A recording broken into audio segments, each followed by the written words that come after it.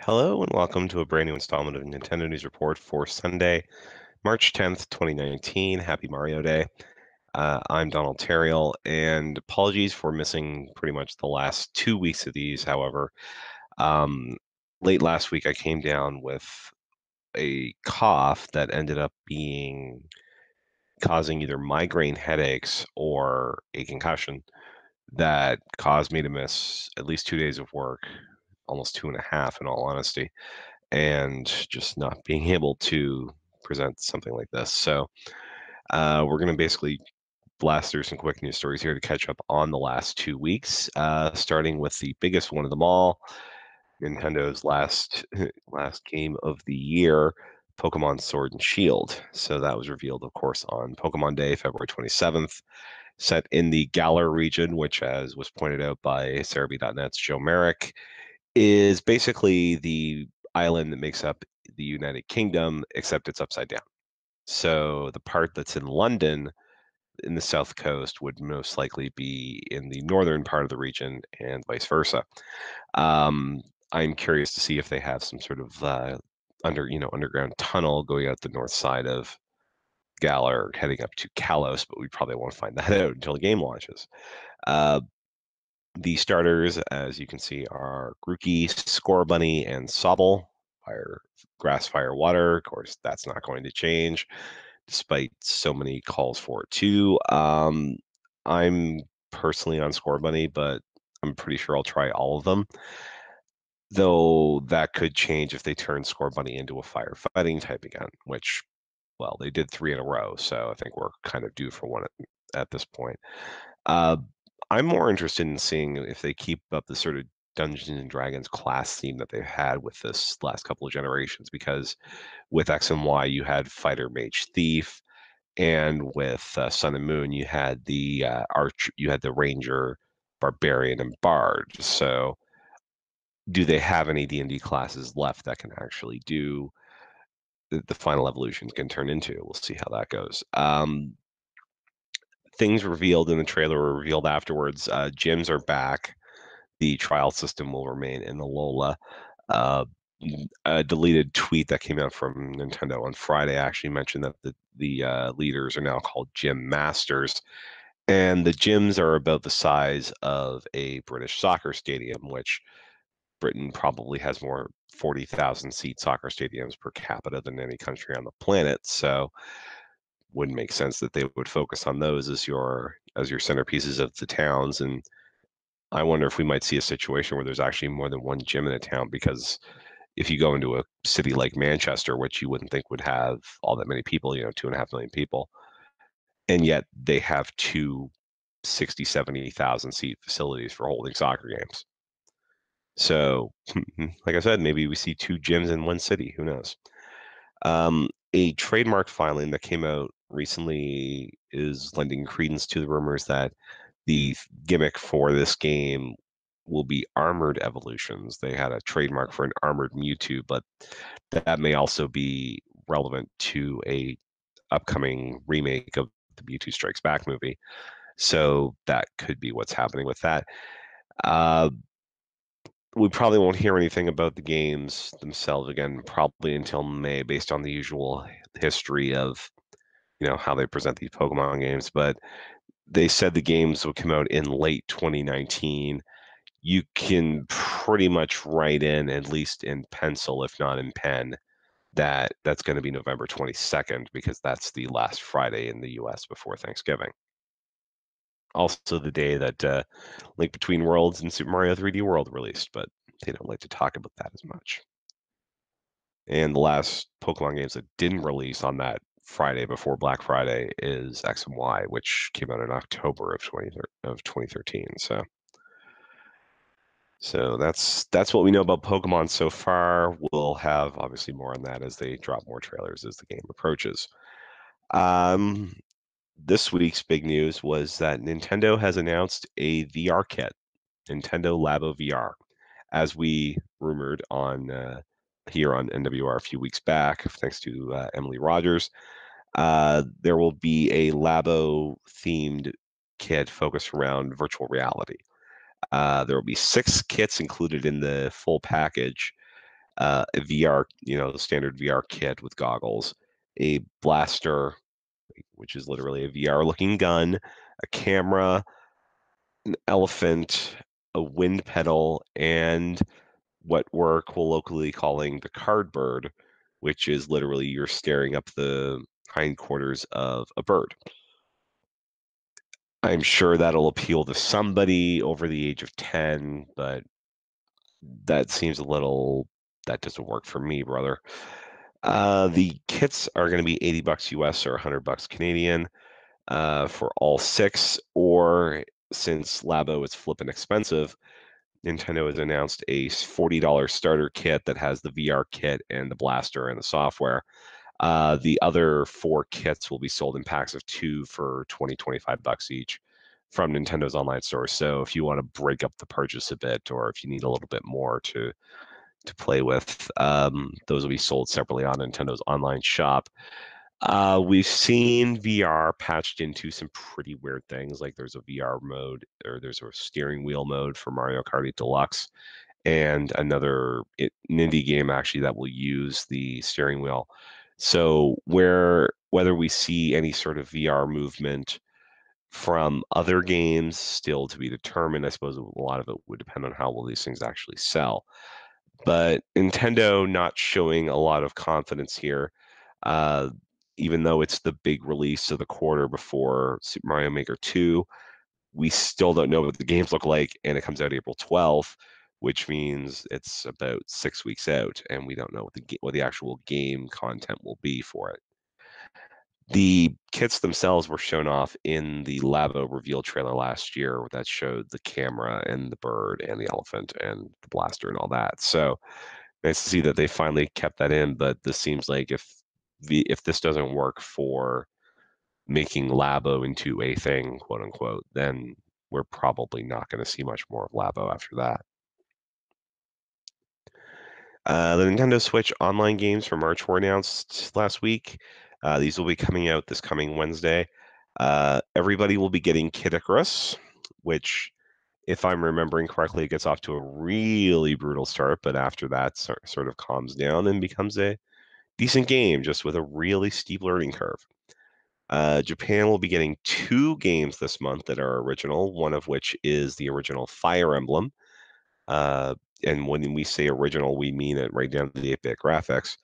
And they'll also be getting a 1985 Konami arcade game called Yar Kung Fu, which is basically 6 levels, and then it just keeps looping all the time. So very it's something that you might get 5 minutes out of and then be on your way. I remember playing it on a pirate cart back in the day. But the odd thing is that North America and Europe will be getting an original, like they're getting a game that has never come out in Japan, and it doesn't seem like it will at this point, in the form of Star Tropics. So we will be getting something, at least we're getting something different that Japan isn't getting this time, but this is 3 months in a row now that we've gotten only 2 games in North America or Europe compared to 3 for Japan. So whether that's just Famicom bias or not, I don't know. The lineup for the 2019 Evo Fighting Game Championships was announced. This is the worldwide one that'll be held in Las Vegas from August 2nd to the 4th. And honestly, you couldn't pay me to go to Las Vegas in the middle of August when it's 100 degrees. It feels like 100 degrees Celsius in there.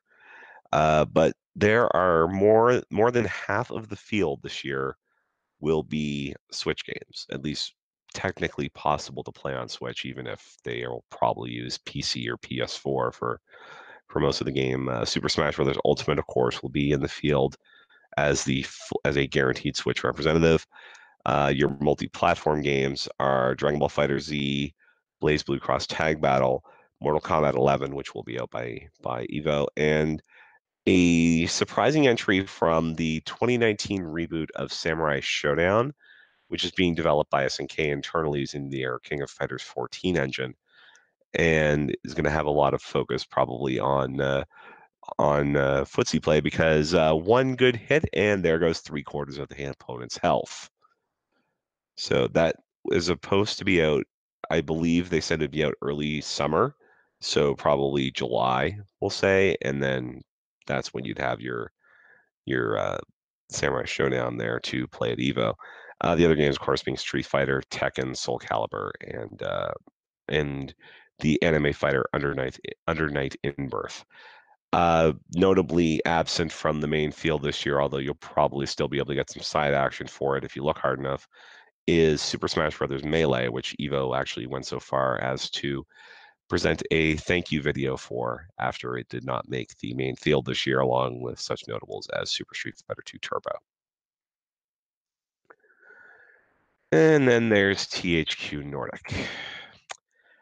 So, for those of you who are lucky enough to not have been on the internet the last couple of weeks, on February 26th, THQ Nordic decided to hold an AMA. And most people, right thinking people, would go to the place that has an Ask Me Anything board, the place, that kind of invented the concept on the internet, really, Reddit. No, THQ Nordic, in their infinite wisdom, elected to go to a place that I'm not even sure I can say the name of on YouTube without getting this video demonetized. Let's just say they are twice as bad as 4chan. And so much so that you cannot even Google search them without hitting, you cannot find the site on Google, and some ISPs have outright blocked it. So I can't even link it to you even if I wanted to. And that's because they traditionally are the holding site for the stuff that was considered too noxious even for 4chan. Stuff like, child pornography and public harassment campaigns of prominent people, aka Gamergate. And THQ Nordic just ups and tweets, yeah, we're having an AMA on this site and we have no idea why. Here's a link to it. Which the first thought is, okay, are they getting hacked? And then nope, turned out to be legitimate. Run by their marketing PR manager, Philip Brock, and a business and product development director named Reinhard Polis, who were engaging with the memes of 4chan or the what I'll have to edit that out. The memes of this website that were basically devoted to, child porn. The board that they were chatting on had a link to something which it basically involved underage boys in I want to say cheerleading outfits. I wasn't too sure, and quite frankly, I wasn't really interested in looking at that. But they engaged in that. They allegedly blabbed their E3 plans, which would be a nice switch for THQ, considering they never go to bloody E3 to begin with. They instead focused on Gamescom last year. And we confirmed that, yes, it was these two senior executives at THQ Nordic, along with somebody named Mark, shout out to Mark, who might possibly have been a Gamergate leader and was supposed to keep out all the nasty stuff. Turns out not so much. And that tweet that I mentioned where they said we have no idea why we're doing this, it stayed up for 15 hours until somebody from Microsoft pointed out, hey, are you sure you really want to be linking to this? Which I'm sure that THQ Nordic's business partners, such as, I don't know, Nintendo, Microsoft, Sony, Nickelodeon, who THQ Nordic has the publishing rights for some of their games for, would be really interested in knowing that THQ went to a site that, supports child porn and public harassment of people in the industry. So we're gonna just let this slide apparently because there was a sort of limp-wristed apology for it on Monday, which cited, we categorically disavow child porn and what this website stands for. But if that were the case, you wouldn't be having a freaking AMA there. I was really excited for Saints Row the Third. At this point, I don't know because I just know, like, I know some people who work at Volition, which is owned by Deep Silver, which is itself owned by THQ Nordic, and all I can think is They must be throwing chairs right now because they have, this game, the really popular game that they've put a lot of hard work, they put their heart and soul into, and now it's completely toxic because, the some of the senior leadership of that company decided, you know what, we're not going to do the 30 seconds of research it takes by just simply Googling the name of the website we're going on and seeing. Not only do we not see the link, but the controversy section on Wikipedia literally says, hey, they host child porn.